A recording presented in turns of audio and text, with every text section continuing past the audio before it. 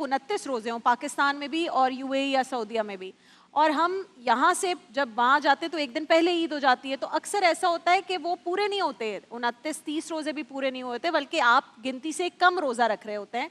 पाकिस्तान में तो आपके हो जाते हैं, लेकिन आप पहले एक दिन ईद मना रहे हैं, तो फिर उस सूरत में आपने बाद में रखना है फौरन रोजा?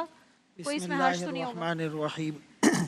देखिए, इंसान जहाँ पर होता है वही के अहकामात का मुकल्लफ और वही अहकामात उस पर लागू होते हैं। सही। अब मिसाल के तौर पर अगर वो पाकिस्तान में आ गए और यहाँ पर ईद हो, तो उस सूरत में तो उस शख्स को ईद करनी होगी, रोज़े की कज़ा बाद में करनी होगी। ठीक है।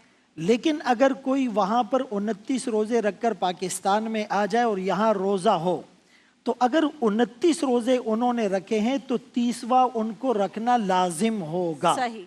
इसीलिए कि हदीस पाक में रसूलुल्लाह सल्लल्लाहु अलैहि वसल्लम ने फरमाया कि हम उम्मत हैं उम्मी, हम न लिखते हैं न हिसाब करते हैं, तो फरमाया महीना या 29 का होता है या 30 का।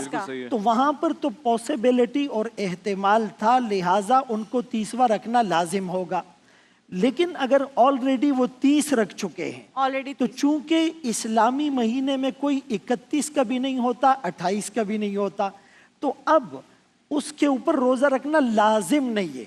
29 की सूरत में लाजिम था, 30 रखने की सूरत में उस पे लाजिम नहीं है।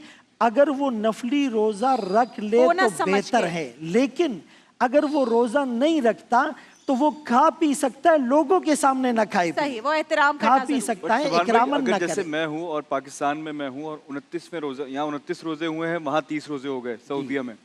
29 रोज़े रख के मैं यहाँ से ट्रैवल करता हूँ सऊदीया, और सऊदीया में 30 रोज़े मुकम्मल हो गए, अब ईद है, लेकिन टोटल रोज़े जो हुए हैं पाकिस्तान में वो 30 ही हुए हैं। अगले दिन पाकिस्तान में एक रोज़ा है, वहाँ ईद है, मैं 29 रख के गया हूँ। अब जी, अगर 30 रोजे थे, 30 का महीना था, तो आपका एक रोजा रह गया, उसकी आपने कज़ा करनी होगी। 28 वाली सूरत में भी आपको कज़ा करनी होगी, चूंकि 28 रोजे तो शरीयत में होते ही नहीं। लेकिन अगर 30 पूरे हो गए तो 31 नहीं रखने, आप रखेंगे तो वो नफली होगा। जी, 31वां नफली होगा। जी जी।